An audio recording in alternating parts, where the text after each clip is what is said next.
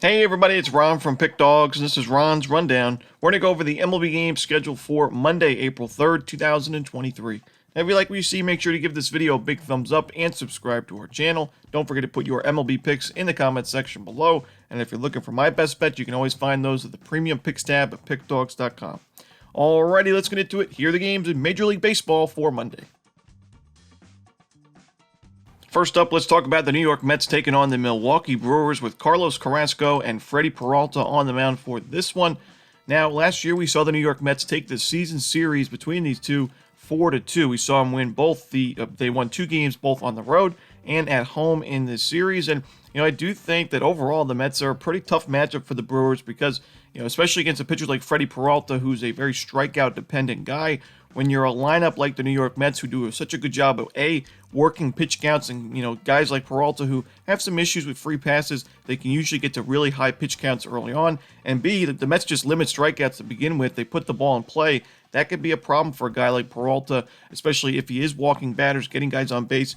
The Mets play small ball offensively, and they're a strong defensive team on the other end, and they can rely on a guy like Carrasco, who's usually pretty good at keeping the ball in the yard.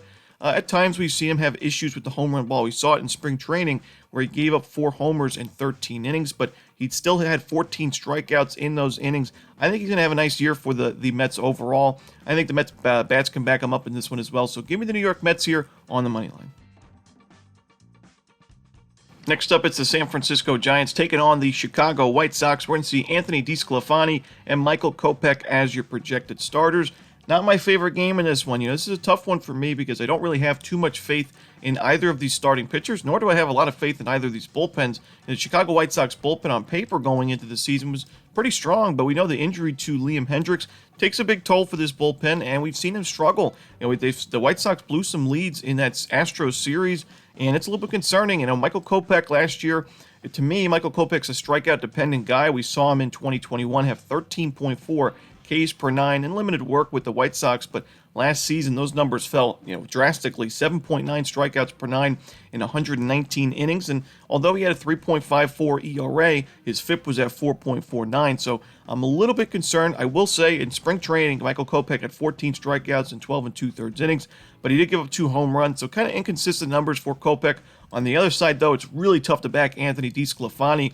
He had a 5.59 ERA in spring, giving up 2 home runs in 9 2/3 innings. He did have 12 strikeouts, but overall, I think the White Sox have the better lineup, and although their bullpen struggled in that Houston series, I still think they have the better bullpen in this particular matchup. So give me the Chicago White Sox here on the money line. Next up, we see the Chicago Cubs taking on the Cincinnati Reds, and this is the first game this season on the rundown where there has not been an official starter listed, and we roll with it here on the rundown. We just make a pick based on the information we have right now. Things can certainly change, and we can also see later on we're going to see later on this season starting pitchers that are listed get scratched due to injury or other things. So, we just give out a lean at best, and this one we're going to have to wait and see the official information for the Chicago Cubs with their starting pitching. But I still like the Cubs in this game on paper because I do think they're going to be able to get to Connor Overton in this one. Connor Overton really struggled in spring training, 11 2/3 innings. He had 10 strikeouts. He gave up 6 home runs, 23 total runs. 20 of those were earned. So a 15.43 ERA in the spring, just not going to get it done. We saw in 33 innings last season with the Reds, he only had 14 strikeouts, and that's a 3.8 strikeouts per 9 rating. Even if you're a pitch-to-contact guy, you got to be able to miss more bats than that. Chicago Cubs, I think this year, going to be a pesky team. We're going to find plenty of value on. I think this is one of those games. So give me the Chicago Cubs. We'll see who their official starter is. But right now, I'm leaning towards Cubs money line. Next up, we see the Minnesota Twins taking on the Miami Marlins. Tyler Mahle and Johnny Cueto are your projected starters for this contest. To me, Johnny Cueto, the pickup for the Marlins, to me doesn't make a lot of sense because Johnny Cueto is a pitch-to-contact guy. He does not strike out many guys. Last year, 102 Ks and 158 1/3 innings pitched. And, he would be a fine pickup for a team like the Guardians who have stellar defense behind him. So if you're putting the ball in play, you can trust that the Cleveland Guardians are going to make plays and get guys out. But the Miami Marlins on paper could have the worst defense in the MLB. We've seen them already struggle quite a bit this season. They're trying out Jazz Chisholm in center field. So far, mixed results. They kind of mix a bunch of guys in the outfield. Jorge Soler, Avisail Garcia, some slower guys in the outfield. Not really too trustworthy. Luis Arraez at second base, although I think he's the best hitter in baseball. The glove still not quite where it needs to be. So for a guy like Johnny Cueto having to rely on his defense, this is not the defense I want to rely on. I think the Minnesota Twins, behind Tyler Mahle, who I think is going to have a strong season, can get the job done here. So give me the Minnesota Twins on the money line. Next up, it's the Tampa Bay Rays taking on the Washington Nationals. Drew Rasmussen and Trevor Williams are your projected starters. I think the Washington Nationals are a team we're going to find some value on in certain spots this year. I do think the betting markets are going to overreact to some of their poor performances, just like we've seen in the first few games against the Atlanta Braves where the Nationals struggled and couldn't cover on the run line. I do think that we're going to see, we're going to get some pretty good numbers here with Washington because this is a team that's not great on paper and overall is in their rebuilding stages, but this is just not one of those games where I think we have enough value to take the home side. I think Trevor Williams is a fine starting pitching option for Washington. I think he's going to give him some much-needed innings, but still, I don't think he's a difference maker here. I still think the Rays are going to be able to find 2, 3, 4 runs on him early on. Trevor Williams in spring training, 22 1/3 innings pitched, only 15 strikeouts, 6.0 strikeouts per 9. That's well below his career average, which, for a guy like Williams, you don't want to see those kind of numbers. He also had a 4.43 ERA, so a little bit high in that one. 7 walks allowed as well. I do think Tampa Bay has the better starter on the mound, the better bullpen, and the much better lineup. So give me the Tampa Bay Rays at a pretty good price, honestly, on the road.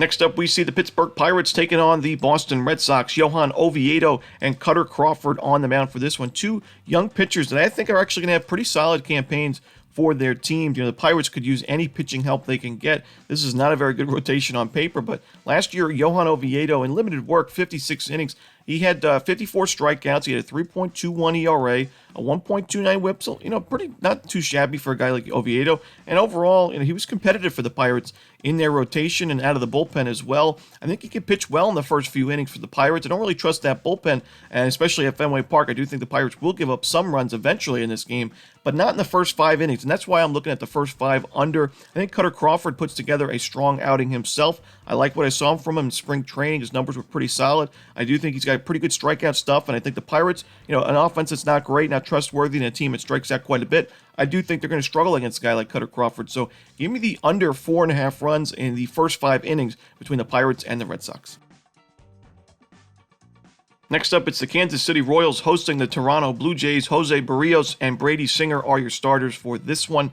Last year was not a good year for Jose Barrios, and I'm not sure 2023 is going to be all that better either. When you look at the numbers in the spring, they weren't too promising for Barrios, and last year a 5.23 ERA.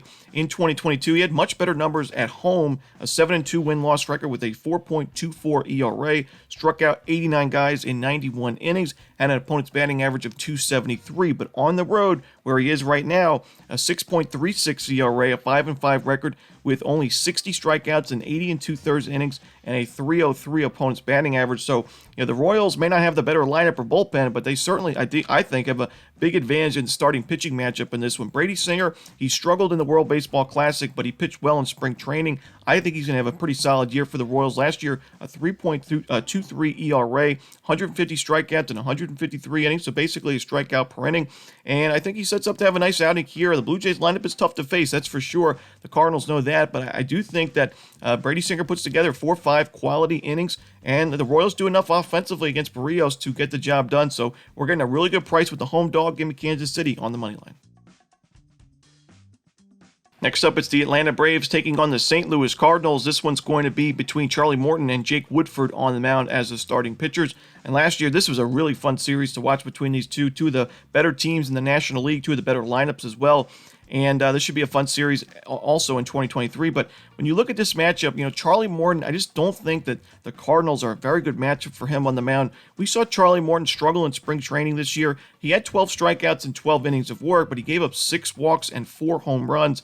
And the home run ball is really what concerns me because Charlie Morton's been known in his career to be a ground ball pitcher, guys that keeps the ball on the ground and does not give up a lot of home runs. In fact, since 2012, Charlie Morton's at a 1.0 or below home runs per 9 rating. But in 2022, that number went up to 1.5, and now we're seeing the long ball be a little bit of an issue in spring training. St. Louis does already a really good job at limiting strikeouts at the plate. They're a pretty powerful team as well. So if Charlie Morton's not getting those strikeouts, if he's having issues with the free passes, giving up a lot of walks, and he has that home run issue also to worry about, I just don't know if this is going to be a very good outing for Charlie Morton, especially on the road.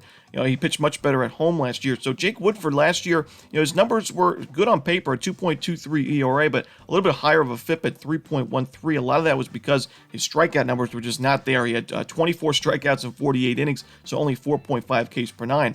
I will say, though, in spring training, he really upped the strikeout game. He had 18 Ks in 17 and 2/3 innings, so up to 9.2 Ks per nine. He only gave up 1 home run and only 5 walks. So in spring, Jake Woodford was the much better pitcher. I think both of these lineups are great, but the Cardinals are home here getting a really good price, and I think this is a bad matchup for Charlie Morton. So give me the St. Louis Cardinals on the money line. Next up, we see the Philadelphia Phillies taking on the New York Yankees. Nestor Cortez and Taijuan Walker are your projected starters. Taijuan Walker making his Phillies debut in this one. I think it'd be a solid piece in this rotation overall. He'll get you a good amount of innings. We saw him pitch over 150 innings for the Mets in back-to-back seasons. But I do think we saw him in spring give up, 8 earned runs in 9 1/3 innings, a 7.71 ERA, 5 walks as well. I do think at Yankee Stadium, this is not the best matchup for Taijuan Walker, a pitcher whose FIP and xFIP numbers have been a little bit high in the last couple of seasons, so I do think the Yankees get to him for a few runs. On the other side, Nestor Cortez, the left-hander, the Phillies have hit lefties pretty well as of late. The last couple of months in the regular season last year, the Phillies were near the top of the league in terms of the isolated power numbers, and I do think Nestor Cortez also some questionable numbers in spring training. I think Cortez is going to put together another good season for the Yankees, but as good as the year he had in 2022, I'm not so sure about that. He had a 2.44 ERA, but his xFIP was a lot higher.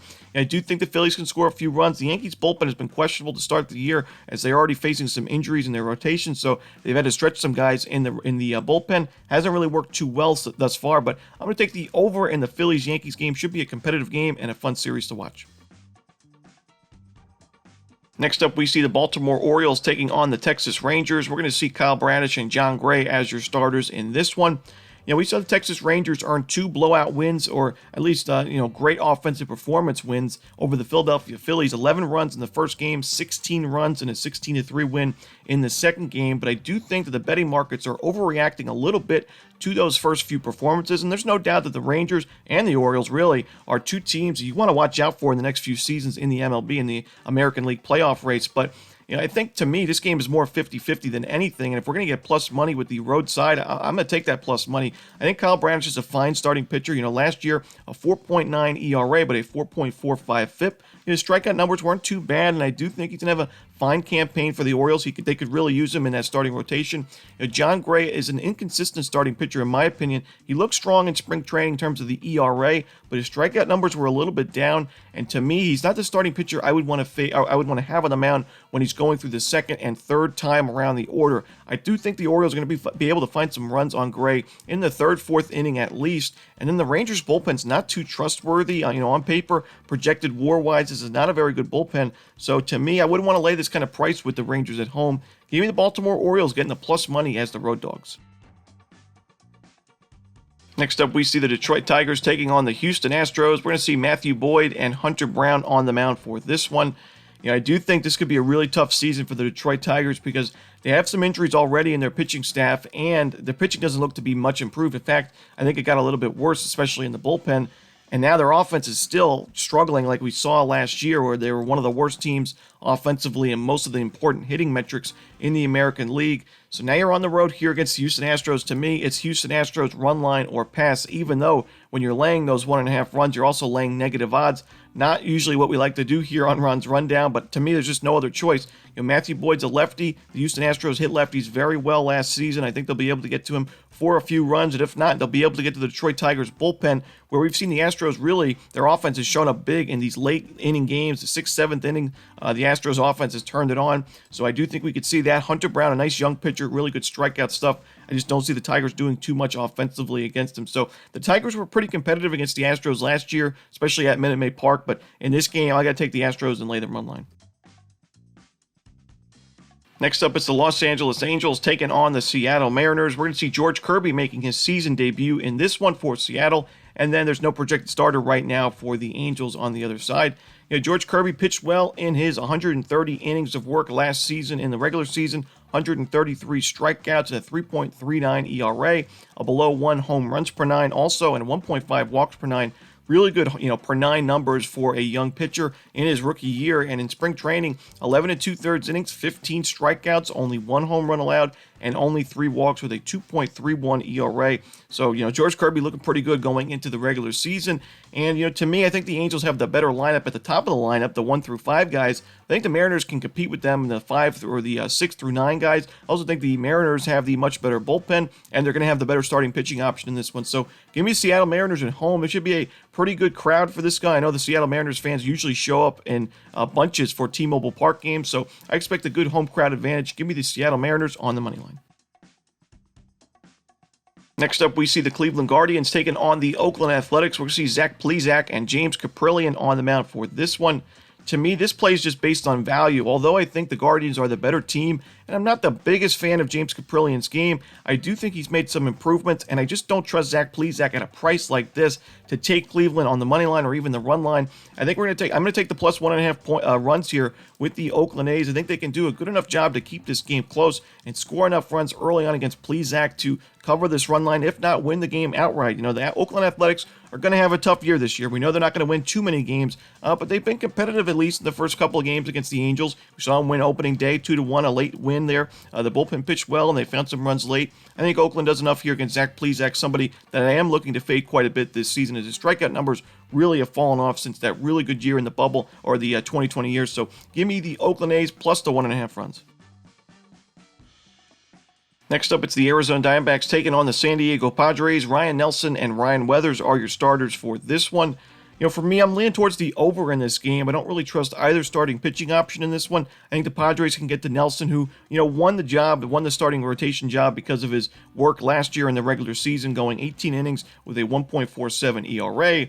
But in spring training, some concerning numbers, 20 innings of work with a 5.85 ERA. His control was a little bit off. His strikeout numbers were a little bit down. So I do think San Diego gets to him for a few runs. And the Arizona bullpen's not been very trustworthy this season. So I think the Padres can add a few late in this game. But also on the other side, Ryan Weathers is somebody that also has some control issues. He was able to strike out plenty of guys in spring training, but he also walks a good amount of guys, gives up a good amount of home runs, and 14 2/3 innings in spring, had 20 strikeouts, but gave up 5 home runs and a 4.91 ERA. The Diamondbacks' offense has been inconsistent, but they still have a pretty good lineup on paper, in my opinion. So I think they add a few runs on Weathers, and I think we get over this total. So give me the over in Arizona, San Diego.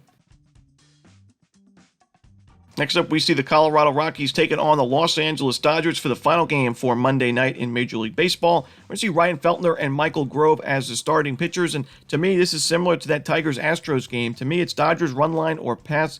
I do think the Dodgers have a big-time pitching mismatch in this one. Ryan Feltner last year didn't pitch too well, a 5.83 ERA, a much better fit, but in spring training, really concerning numbers. At 16 1/3 innings pitched, only 10 strikeouts. He hit 2 batters. He allowed 10 walks, and he had allowed 5 home runs, 26 base hits, 18 earned runs.